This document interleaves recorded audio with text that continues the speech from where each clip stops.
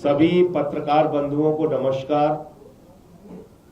आज दो महत्वपूर्ण मुद्दों पर आपसे बातचीत करनी है। नंबर एक, गुजरात में जिस तरह से आम आदमी पार्टी के पीछे भारतीय जनता पार्टी पड़ी हुई है और वहां हमारे सोशल मीडिया के पेज को इन्होंने सस्पेंड कराया है, और दूसरा जो 7 लोगों के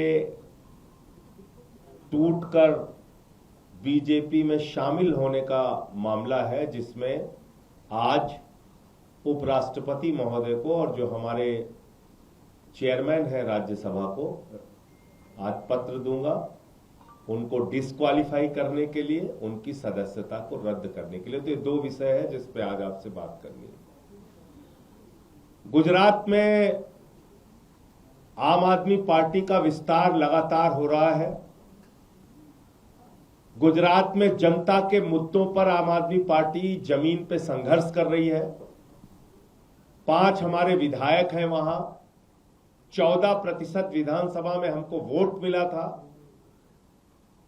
और हमारे कई विधायकों को पकड़ पकड़ के जेल में डाला बीजेपी ने।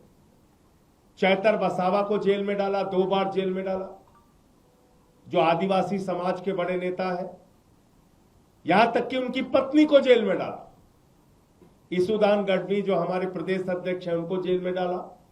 गोपाल इटालिया हमारे विधायक हैं, उनको जेल में डाला। प्रवीण राम जी हमारे नेता हैं, उनको जेल में डाला। ऐसे तमाम लोगों को पकड़ पकड़ के पिछले कुछ महीनों में भारतीय जनता पार्टी ने जेल में डाला, उनको प्रताड़ित किया, उनको परेशान किया, उनके ऊपर तमाम सख्ती की। फिर इन्होंने अभी जो वहां पर नगर पालिका का चुनाव हो रहा है, तालुका और जिला पंचायत का चुनाव हो रहा है, नगर निगम का चुनाव हो रहा है, इसमें बहुत सारे कैंडिडेट्स को फर्जी मुकदमे लगा के, धमका के, डरा के उनके ऊपर उनको कैंडिडेट्स ना बने, फॉर्म ना भर पाए, पार्टी की तरफ से ना खड़े हो, ये काम किया। फिर हमारे एक कैंडिडेट के ऊपर फायरिंग करवाई। अभी इसी नगर पालिका के चुनाव में फायरिंग करवाई गुजरात में। और आज जब मैं आपसे बातचीत कर रहा हूं तो हमारा गुजरात का फेसबुक का पेज भारतीय जनता पार्टी ने सस्पेंड करा दिया, इंस्टाग्राम का पेज भारतीय जनता पार्टी ने सस्पेंड करा दिया, और 3 अलग अलग लोगों के अकाउंट सस्पेंड करवा दिए जो सोशल मीडिया पे पोस्ट करते थे। अब इसकी वजह क्या है? बीजेपी अपने गुनाह को नहीं ठीक कर रही, अपने काम करने के तौर तरीके को नहीं ठीक कर रही। स्कूल अस्पताल कैसे बनेंगे, गुजरात का विकास कैसे होगा, इसको नहीं सही किया जा रहा। तो जनता आम आदमी पार्टी की तरफ झुक रही है, आम आदमी पार्टी से जुड़ रही है, आम आदमी पार्टी का विस्तार हो रहा है, और इसमें 8 करोड़ लोगों ने 26 दिन में सोशल मीडिया पर जाकर आम आदमी पार्टी की पोस्ट देखी है। यह कोई मामूली बात नहीं है। 8 करोड़ लोगों ने गुजरात के 26 दिन के अंदर जाके इंस्टाग्राम और फेसबुक पर आम आदमी पार्टी की पोस्ट देखी है, जिसमें कुछ उनके जन विरोधी काम थे, उससे संबंधित पोस्ट भी थी, कुछ हमारे नेताओं के भाषण थे, उनके संघर्ष थे, उनकी लड़ाइयां थी। लोग जा रहे हैं, उसको देख रहे हैं।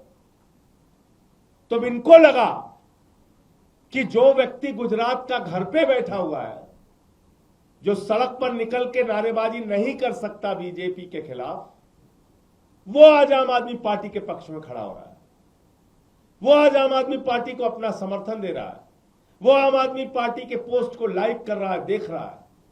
तो आम आदमी पार्टी की बात और विचारधारा, आम आदमी पार्टी के काम लोगों तक ना पहुंचने पाए, इसलिए हमारा इंस्टाग्राम और फेसबुक का पेज सस्पेंड किया गया। मैं गुजरात के भाइयों से कहना चाहता हूं, अपने व्हाट्सएप के माध्यम से, अपने दूसरे माध्यमों से आम आदमी पार्टी के जो वीडियोस हैं, जो उनके पोस्ट हैं, उसको ज्यादा से ज्यादा लोगों तक पहुंचाइए, और जिस तरह से आप हमारे साथ जुड़े हुए हैं उसका और मजबूती से विस्तार कीजिए।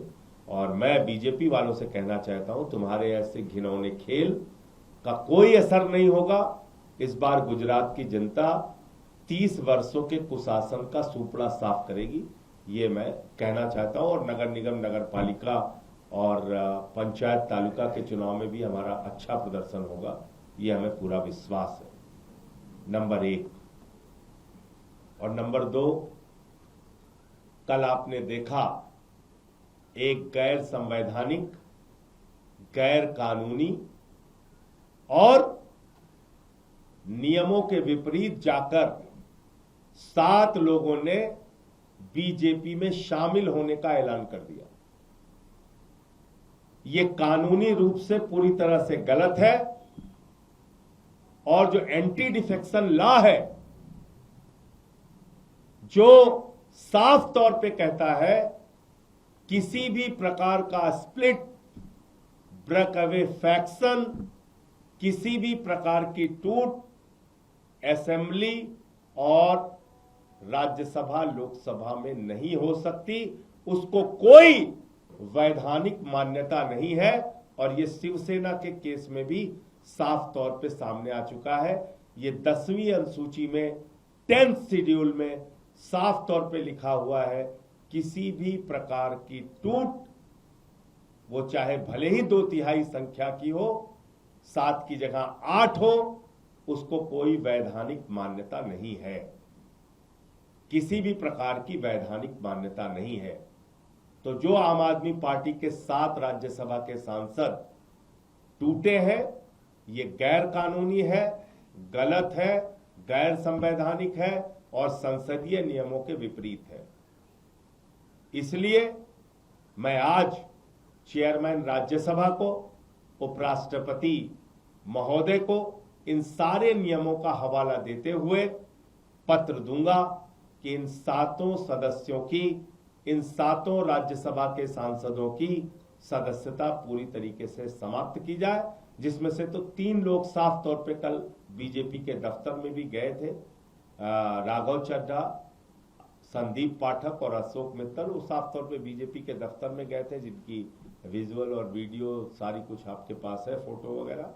और बाकी जो 4 लोगों को लेके दावा किया जा रहा है, उन सब के खिलाफ उनकी सदस्यता को समाप्त करने के लिए आज मैं राज्यसभा के चेयरमैन साहब को, उपराष्ट्रपति महोदय को पत्र दूंगा। आपके कोई प्रश्न हो आप पूछ सकते हैं। प्रवेश वर्मा के आरोपों पर क्या कहेंगे? उन्होंने एक बार फिर से आरोप लगाया। प्रवेश वर्मा के द्वारा जारी की गई सारी फोटो पूरी तरीके से फर्जी है, झूठी है, बेबुनियाद है और इसलिए मैं प्रवेश वर्मा और जो भी टीवी चैनल ऐसी झूठी तस्वीर को अपने चैनल पर प्रचारित करता है, प्रसारित करता है और केजरीवाल जी को बदनाम करने की कोशिश करता है, उनके खिलाफ मानहानि का केस किया जाएगा, ये बिल्कुल स्पष्ट करना चाहता हूं।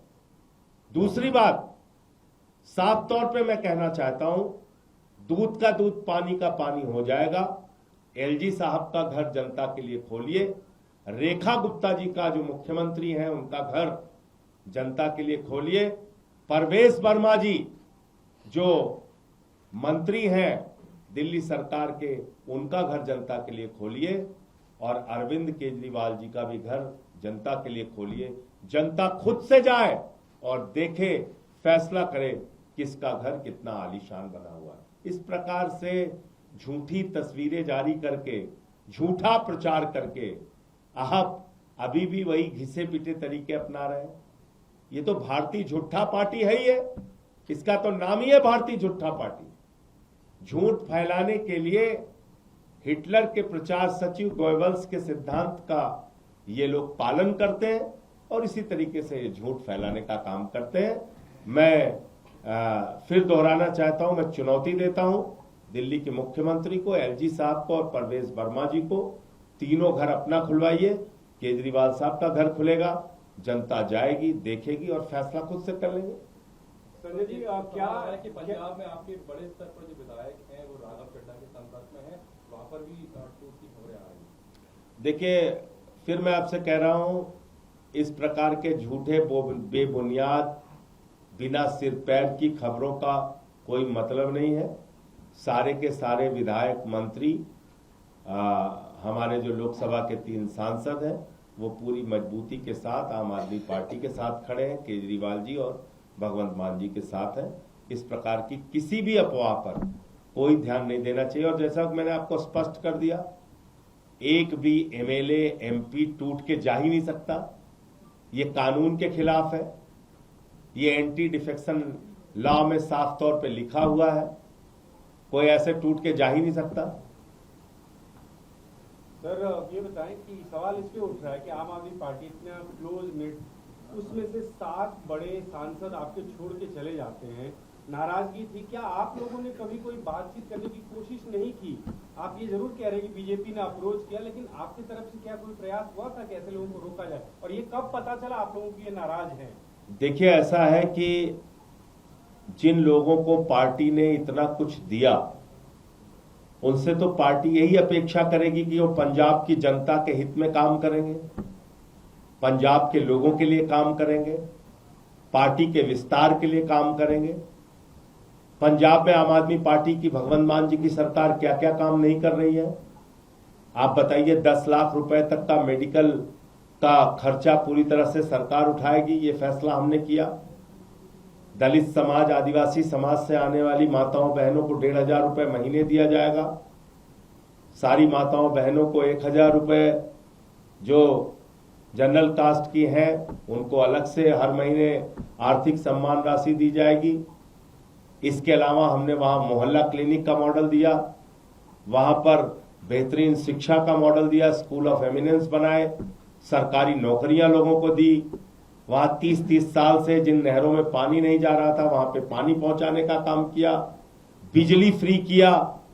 और जब से बेअदबी के खिलाफ कानून आया, इससे आम आदमी पार्टी और अरविंद केजरीवाल जी और भगवंत मान जी का ग्राफ बहुत तेजी के साथ बढ़ा। हर आदमी ने भगवंत मान जी की तारीफ की कि ये बेअदबी के खिलाफ जो कानून लेके आए हैं, इसका एक सकारात्मक संदेश पूरे पंजाब के अंदर गया है। और उससे बीजेपी घबराई, परेशान हुई। तो हमारे पंजाब के अच्छे कामों को बाधित करने के लिए ये कार्रवाई की गई। वरना आप बताइए, अशोक मित्तल पे तो 4 दिन पहले छापा मारा था इन लोगों ने, क्या क्या नहीं कह रहे थे, चोर है, बेईमान है, फलाना है, ढिमका है, यही लोग बोल रहे थे। और अचानक 4 दिन बाद वो अच्छे हो गए। तो ये भारतीय जनता पार्टी की वॉशिंग मशीन है। वहां जो जाता है वो चाहे जितनी भी गलती किए रहे, धुल के साफ हो जाता है। ये किया है। पार्टी को सर कब पता चला कि इतने सांसद छोड़ के जा सकते हैं? क्या ये अंदाजा था आप लोगों को? देखिए, जिस दिन अशोक मित्तल के घर पे ईडी का छापा पड़ा था और इतने बड़े पैमाने पर पड़ा था, उस दिन से ही ये आशंका थी। उसके पहले की तैयारी रही होगी तो मैं नहीं कह सकता, लेकिन उसके बाद से चीजें बहुत साफ तौर पे दिखाई दे रही थी। राजनीति हो या क्रिकेट, देश विदेश की ब्रेकिंग हो या आपके मोहल्ले की बड़ी खबर, सब मिलेगा एक ही ऐप में, सबसे तेज और भरोसेमंद। अभी डाउनलोड करें दैनिक भास्कर डिजिटल।